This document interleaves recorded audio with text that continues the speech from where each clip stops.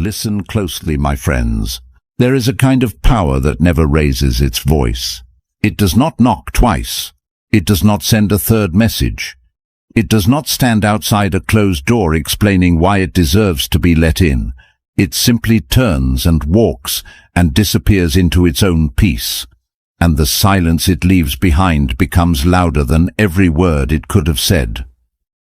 You have felt this power before.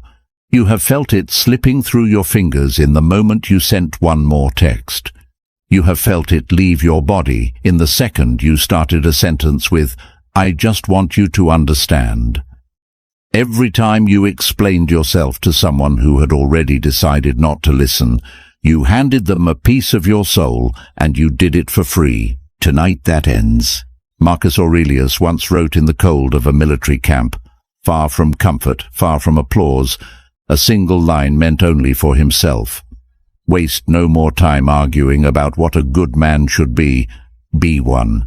He was not writing for an audience. He was not performing wisdom. He was disciplining his own mind in private because he understood something most people never learn, that the need to be understood by others is a leash, and the moment you stop pulling on it, you are free. This is a story about that leash, about who is holding it right now without you even noticing, and about the exact moment you are going to cut it. If you are watching this, something in you is already tired. Tired of being the one who reaches out first. Tired of rehearsing speeches in the shower for people who never asked to hear them. Tired of shrinking your own dignity into a paragraph, hoping the right combination of words will make someone finally see your worth. I want you to know, before we go any further, that this tiredness is not weakness. It is the first sign of a warrior waking up inside you. So stay with me, because in this video we are not just going to talk about silence. We are going to rebuild you from the inside, the way the old Stoics rebuilt themselves. Not with motivation, not with hype, but with cold, clear, unshakable truth. And if even one sentence in this video lands on the exact wound you have been hiding, I want you to do something for yourself, not for me. Subscribe to this channel now, before you forget, before life pulls you away, because what you are about to hear is the kind of thing you will want to return to on the nights your silence is being tested the most. Let's begin. Never chase, never beg, never explain.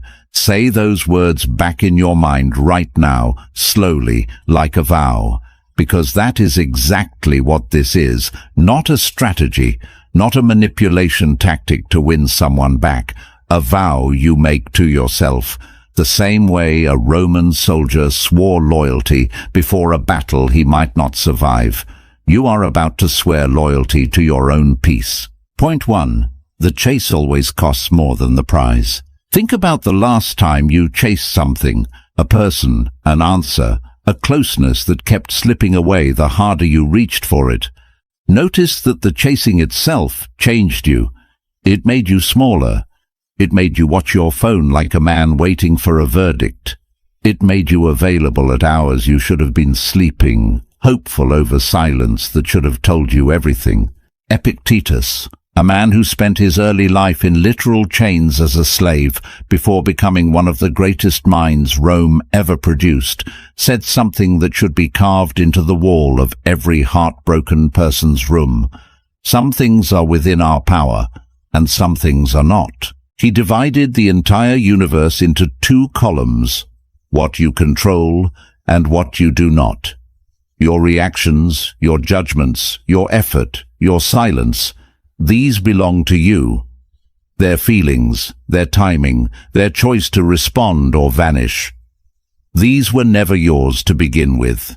When you chase someone, you are trying to control a column that does not belong to you. And every single time you reach into that column, you lose a piece of the only thing you actually own, your peace of mind. This is not philosophy as decoration. This is philosophy as survival.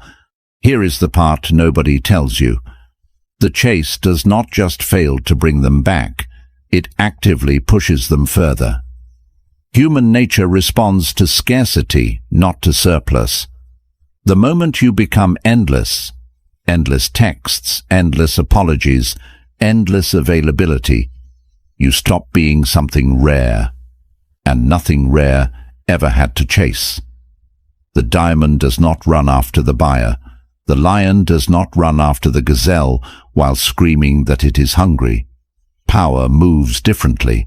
Power waits. So today, the first vow is this: you will not chase. Not because you do not care, you may care more than you have ever cared about anything, but because chasing was never going to get you what you actually want.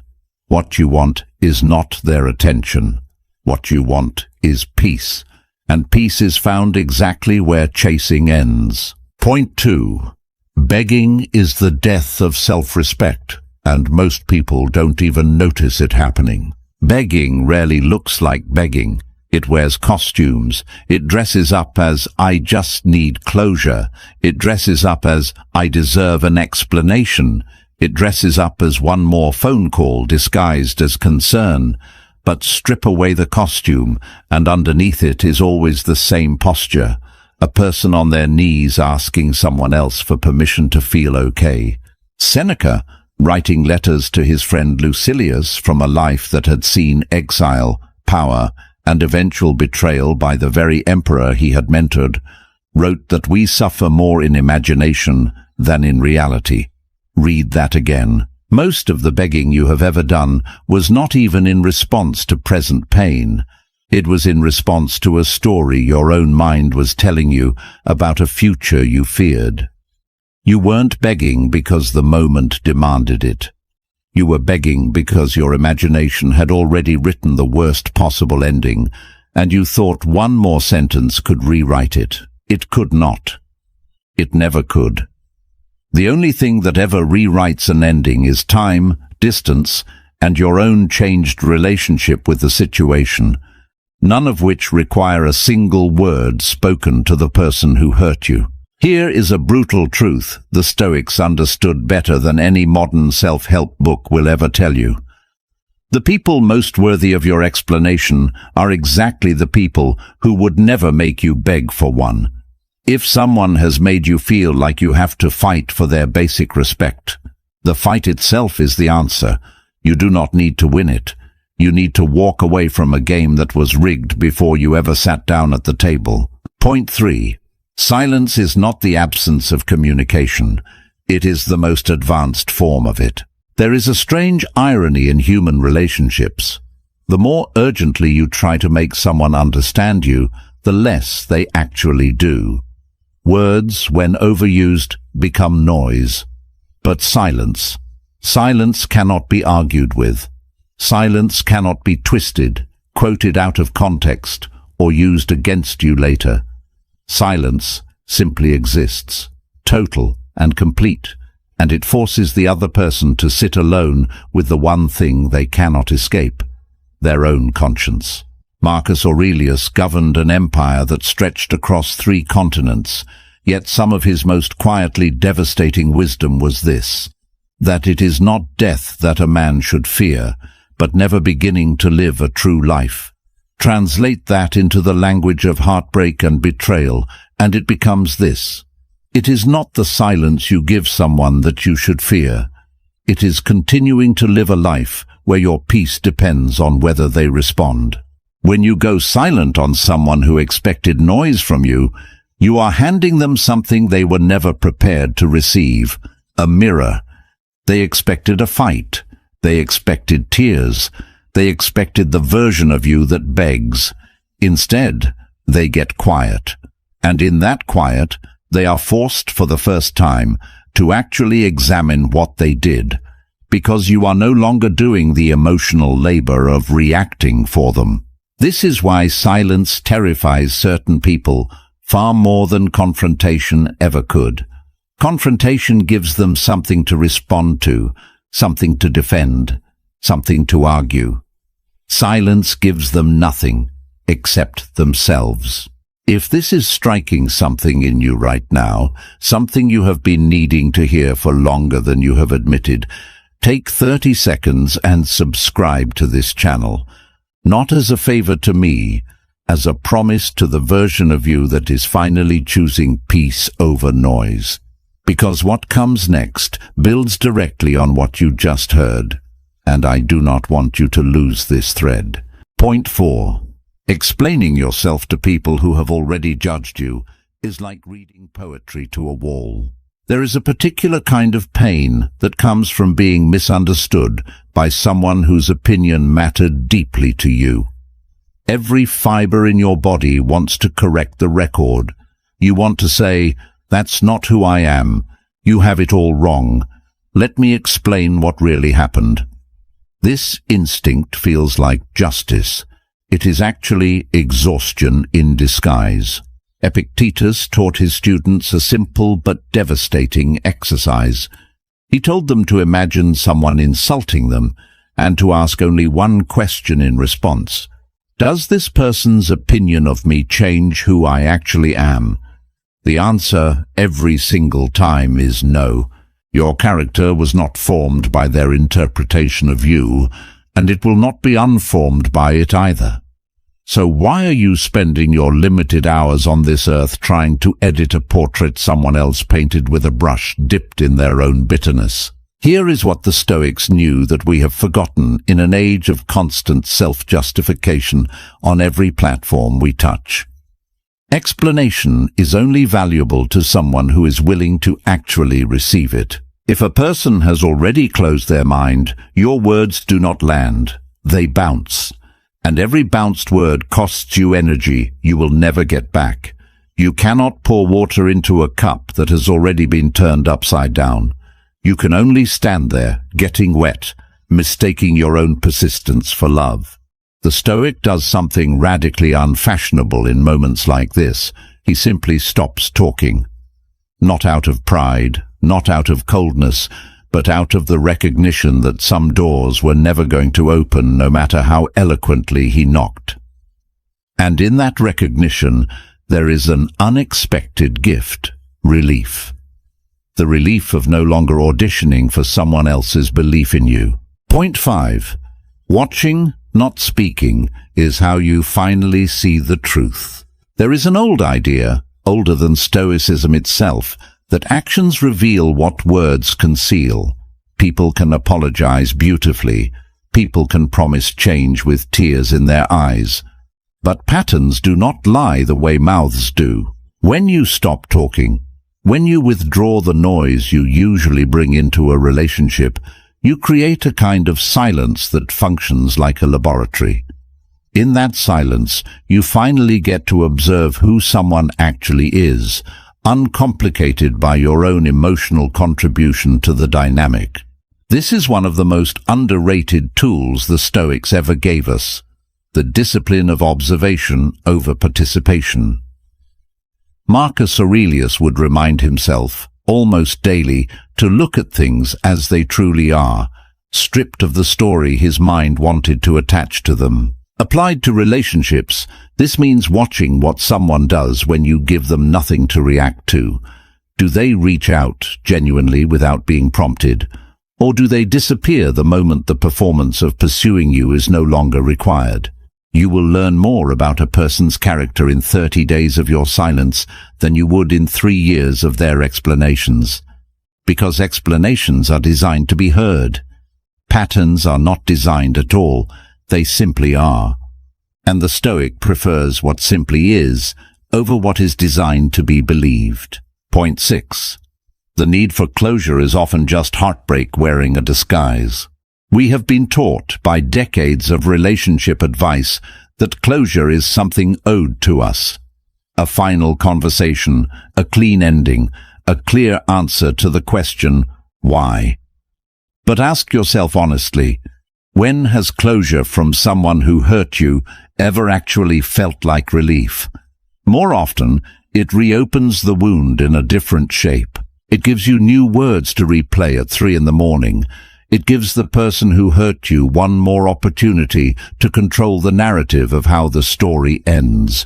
The Stoics offer a different kind of closure, one that does not require the other person's participation at all.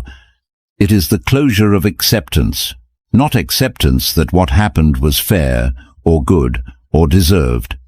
Acceptance that it happened, that it is now outside your control, and that your peace cannot remain hostage to a conversation that may never come. Seneca wrote to a grieving friend that nothing is ours except time, and that even time slips through our hands while we wait for things that may never arrive.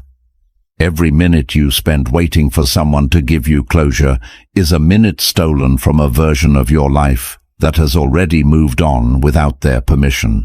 Real closure is not given, it is taken, quietly, deliberately, by you, the moment you decide that your peace no longer requires their cooperation. Point 7.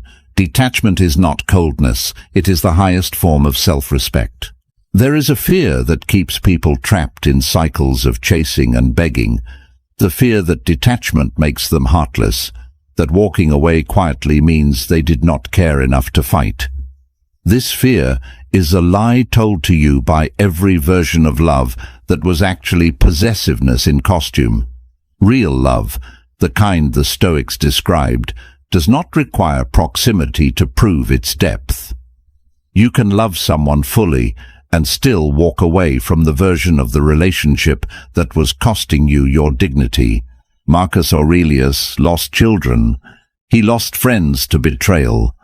He lost the comfort of certainty in nearly every chapter of his life, and yet his writings are not bitter. They are calm. Because he understood that detachment from outcome is not detachment from caring. It is caring enough about your own soul that you refuse to let it be dragged through the same mud over and over, hoping for a different result. When you detach in silence, you are not punishing anyone. You are simply removing your own dignity from a place where it was being neglected. And here is the part that surprises people most. Detachment, real detachment, often does more to change another person's behavior than any confrontation ever could. Not because you are trying to manipulate them into chasing you, but because human beings by nature only fully register the value of something the moment it stops being guaranteed. If you have made it this far, you are no longer the same person who pressed play on this video. Something in you has already begun to separate from the noise. Before we go further into the deeper layers of this, I want to ask you for something small but meaningful. Comment one word below that describes the silence you are choosing to build starting today. Not for engagement, for accountability, because writing it down, even publicly, even anonymously, is an ancient Stoic practice in itself. Marcus Aurelius wrote his private thoughts down nightly, not for an audience of millions, but for an audience of one, himself, becoming someone he could respect in the morning. Point 8. Every reaction you withhold is strength deposited into a bank you will draw from for the rest of your life. There is a mathematics to self-control that no one teaches you in school. Every time you feel the urge to respond, to defend, to explain, to chase, and you choose not to, you are not losing anything. You are making a deposit. A deposit of discipline, a deposit of self-trust, a deposit that compounds over time into something the ancient Stoics called apatheia. Not apathy in the modern lazy sense of not caring, but a freedom from being violently jerked around by every emotional impulse that passes through you. This is why the Stoics trained themselves daily, the same way an athlete trains a muscle. They practiced small denials, a cold bath when warmth was available, silence when speech was easier, patience when anger would have felt more satisfying. Not because suffering is noble for its own sake, but because the muscle of self-command, once built, becomes available to you in the moments that actually matter. The moment someone disrespects you, and your old self would have begged for an apology, the moment someone leaves and your old self would have chased the door. You are building that exact muscle right now, simply by listening to these words and recognizing yourself in them. Recognition is the first rep. Point 9. The world will call your peace arrogance, and you must let them. One of the cruelest tricks the world plays on people who finally choose themselves is this. It rebrands their healing as coldness. The moment you stop over-explaining, certain people will call you distant. The moment you stop chasing, certain people will call you proud. The moment you stop begging for understanding, certain people will say you have changed, and not in a way they like. Let them. Epictetus warned his students that they would face exactly this, that choosing a philosophical life, a life governed by your own values rather than the opinions of a crowd, would cost them the approval of people who only valued the version of them that was easy to control. He did not promise his students comfort. He promised them freedom, and he was honest that the two rarely arrived together. The people most upset by your new silence are very often the people who benefited most from your old noise. Your chasing fed something in them, a sense of importance, a sense of control, a guarantee that no matter how they treated you, you would still be there asking for more. When you remove that guarantee, you are not being cruel. You are simply no longer available to be used, and the discomfort that causes in them is not your responsibility to soothe. Point 10. Silence is the only language that cannot be misquoted. Think of every conflict you have ever had that escalated specifically because of words. Words taken out of context. Words repeated to others with a different tone than you intended. Words that, once spoken, could never fully be retracted, no matter how many times you tried to clarify them afterward. Words are slippery. They can be twisted by people determined to see you as the villain in their story. Silence cannot be twisted this way. Silence has no syllables to misquote, no tone to misinterpret, no sentence to screenshot and send to someone else with a caption designed to make you look small.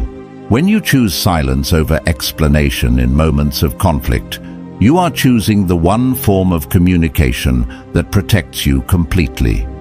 You are saying everything and nothing at the same time, and you are leaving no material for anyone to use as a weapon against you later.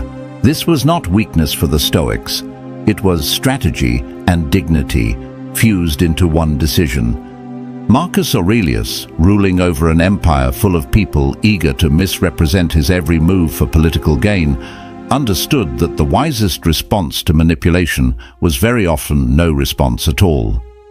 Let them construct their version of events in the empty air. The truth does not need your defense. It survives on its own, in its own time, the way it always has. Point 11. You do not need to forgive out loud to be free. There is a misconception that healing requires a conversation, that you must confront the person who hurt you, tell them exactly how they wounded you, and receive some kind of acknowledgement before you are allowed to move on. The Stoics rejected this entirely. They believed that your freedom was never dependent on someone else's awareness of your pain. You can forgive someone in complete silence. You can release the weight of what they did to you without them ever knowing it happened. In fact, this kind of forgiveness is often more powerful because it asks nothing of the person who hurt you. It does not wait for their apology. It does not require their understanding. It simply happens quietly, inside you, on your own timeline, governed entirely by your own readiness. This is the deepest form of the silence we have been describing this entire hour. Not a silence aimed at punishing someone else, a silence aimed inward, toward your own peace, that simply does not need an audience to be complete. Point 12. Practice the pause, and the pause will eventually become your nature. Nothing in this video works as a single decision made once and forgotten. The Stoics did not become Stoic by reading a single letter from Seneca and feeling inspired for an afternoon. They built this discipline through daily repeated practice, through choosing again and again, in moment after moment, to pause before reacting, to question before believing, to remain quiet before explaining. So here is your practice, starting today. The next time you feel the urge to send the message that proves your point, wait, not forever, just long enough to ask yourself one question. Am I about to spend my peace on someone who has never once protected it for me? If the answer is yes, let the message stay unsent. Let the silence stand in its place. Watch what changes, not necessarily in them, but in you. Over time, this pause stops being a struggle. It becomes instinct.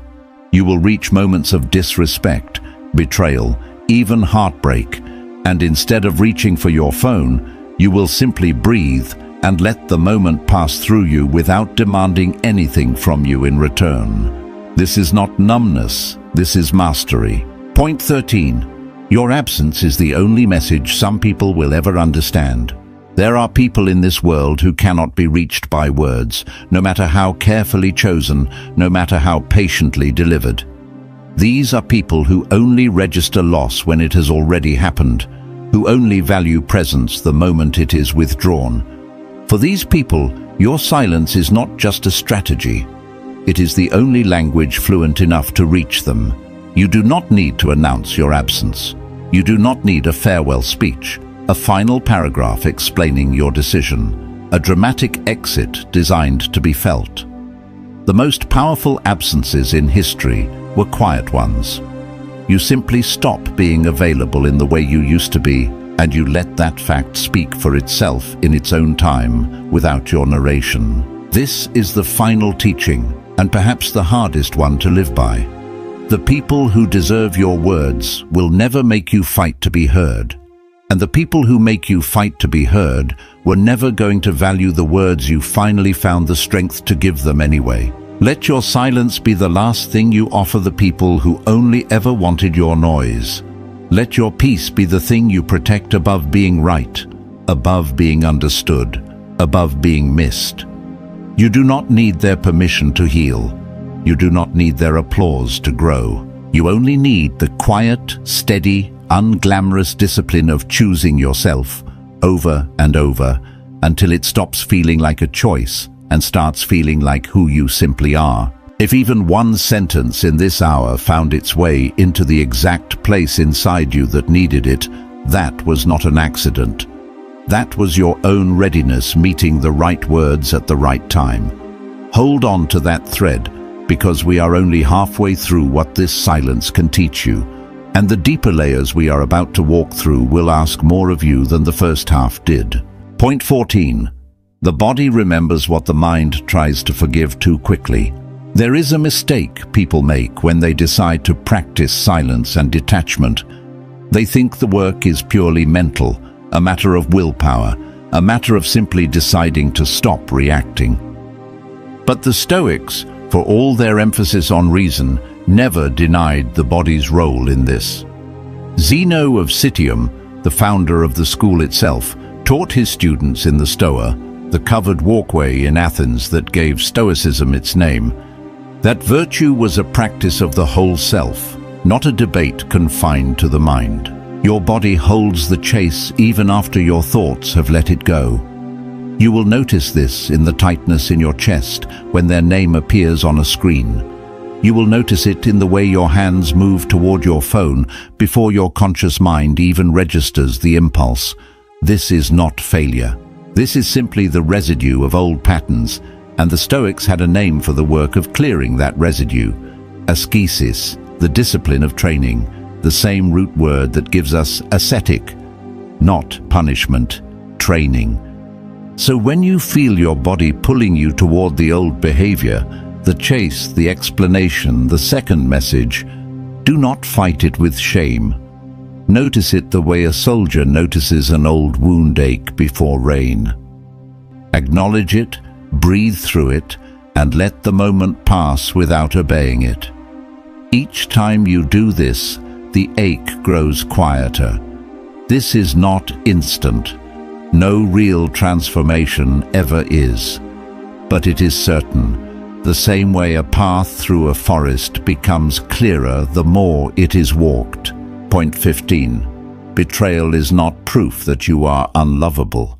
It is proof that someone else was incapable of loving well.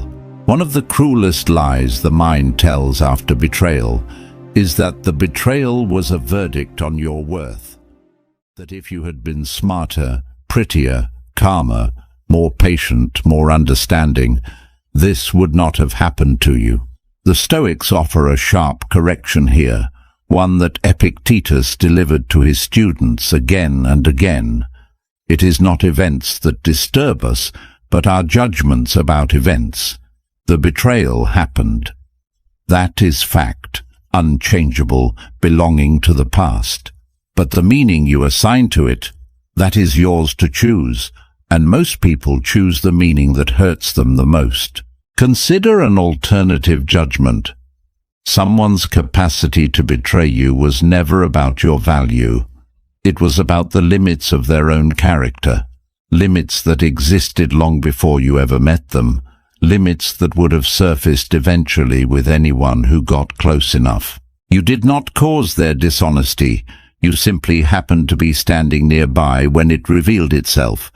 This is not a comfortable thought the first time you have it, but it is a true one, and the Stoics believed that truth, however uncomfortable, was always more healing than a comfortable lie.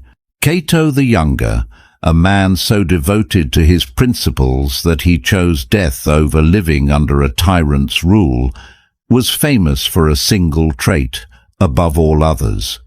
He could not be moved by the opinions of people who had already shown him who they were. He did not waste his final years trying to convince Caesar to see him differently. He simply lived according to his own values and let history judge the rest. You do not need Caesar's approval.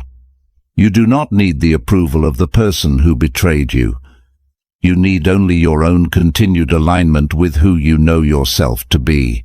Point 16. Modern noise has made ancient silence rare, and rare things become powerful again the moment they return. We live in an age engineered against silence. Every app on your phone is built to demand a reaction from you within seconds. Every notification is a small test of your discipline, asking you to respond now, to explain now, to defend yourself now, before the moment passes and someone else fills the silence with their own version of events.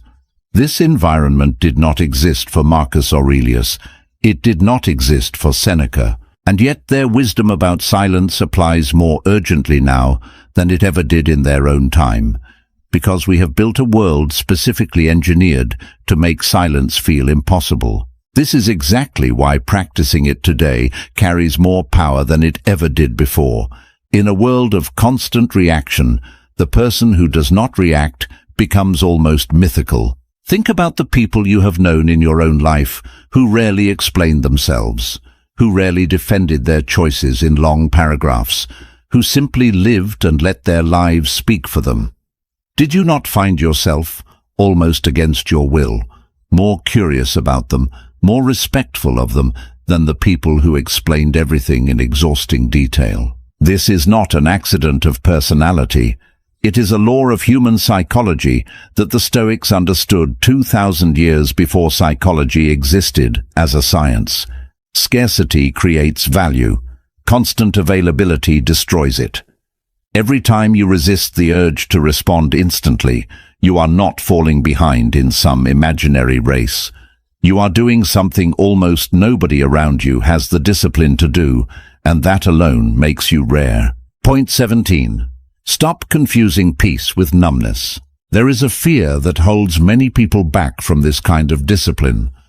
The fear that if they stop reacting, stop explaining, stop chasing, they will become cold, hollow, disconnected from their own feelings.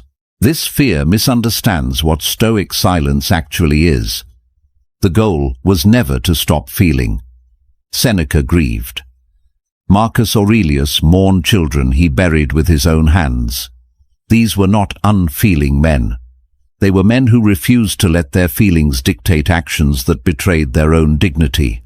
You are allowed to feel the full, unfiltered weight of heartbreak, betrayal, loneliness, even rage. Feel it completely, in private, in silence, in the company of your own honest reflection. What you are not required to do is perform that feeling for an audience that has already shown you they do not deserve to witness it. There is a difference between suppressing an emotion and simply choosing who gets to see it. The Stoic suppresses nothing. He simply decides, with total clarity, where his vulnerability is welcome and where it is not. This distinction matters enormously because numbness eventually breaks down into something worse, a quiet despair that convinces you nothing matters at all. Stoic silence is the opposite. It is the disciplined channeling of feeling into private reflection rather than public performance. And from that private reflection, real clarity eventually emerges. You are not becoming less human by practicing this. You are becoming more deliberately, carefully human than you have ever allowed yourself to be. Point 18. The right people will never require your silence to be broken in order to love you well. There is an important balance in everything we have discussed tonight, and it deserves to be said plainly before we go further. The silence we are describing is not a permanent wall built against every relationship in your life. It is a discipline reserved for situations where your words have been wasted, where your explanations have been weaponized, where your presence has been taken for granted by people who never had to work to keep it. The people who genuinely deserve your voice will never make silence necessary in the first place. They will ask how you are and mean it. They will notice your absence before you have to manufacture one to teach them a lesson. They will not require you to detach in order to be appreciated, because they were already appreciating you in real time with their actions, without prompting. So as you build this new discipline, do not mistake it for a blanket policy against vulnerability with everyone in your life. Reserve it specifically for the dynamics that have cost you your dignity. Use it as a scalpel, not a wall. The goal is not to become unreachable to everyone. The goal is to become unreachable specifically to the people and patterns that never deserved access to you in the first place. Point 19. Write your own private letters the way the Stoics did, and never send them.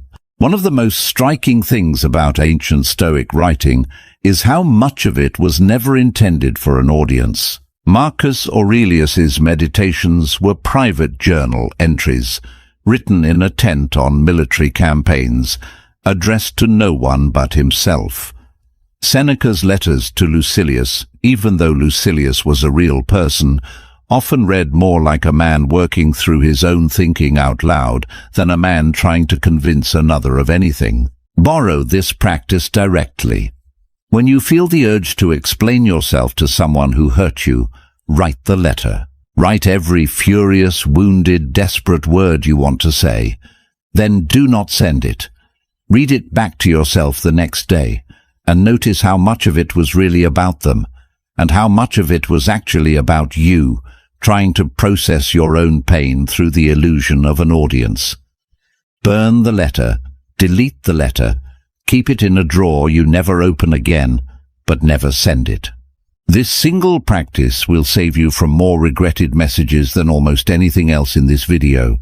It gives the urge to explain somewhere to go without giving away your dignity to someone who has not earned the right to witness your unfiltered grief. You will find almost every time that the letter you needed to write was never really for them. It was for the version of you finally getting to say the things you had been swallowing for far too long. Point 20. Loneliness in silence is temporary. Self-betrayal in noise is permanent. There will be nights in the middle of this practice where the silence feels unbearable, where the absence of contact feels less like power and more like punishment you are inflicting on yourself. This is the moment most people abandon the discipline entirely, reaching for their phone, sending the message they swore they would not send, undoing weeks of hard-won peace in a single moment of weakness. I want you to remember something in that exact moment, because it will come, and how you handle it will determine everything that follows. The loneliness of silence is temporary. It rises, it peaks, and it passes. The same way every emotion you have ever survived has eventually passed. But the damage of breaking your own discipline in a moment of weakness does not simply pass. It teaches your own nervous system that your resolve can be overridden by discomfort, and that lesson becomes harder to unlearn every time you repeat it. So when the loneliness comes, do not reach for them. Reach for the version of you that started this practice for a reason. Reach for the discomfort itself, and sit with it the way the Stoics sat with cold water, with hunger, with discomfort deliberately chosen to build resilience for the discomfort that is not chosen. You are not avoiding the pain of loneliness. You are simply refusing to trade it for the much larger pain of betraying your own progress. Even one sentence in this video found its way into the exact place inside you that needed it. That was not an accident. That was your own readiness meeting the right words at the right time. Let that be enough. Subscribe to this channel if you want more of this. Not noise, not hype, just the same kind of quiet, unshakable truth that the old philosophers spent their entire lives trying to live by, and that you are now, finally, beginning to live by too. Carry this with you when the silence gets tested. Carry it when someone you miss finally reaches out, and the old you wants to forgive everything in a single breath. Carry it when no one reaches out at all, and you have to be the only witness to your own strength. You do not need them to see it for it to be real. Your silence is not absence. Your silence is the loudest thing you have ever said.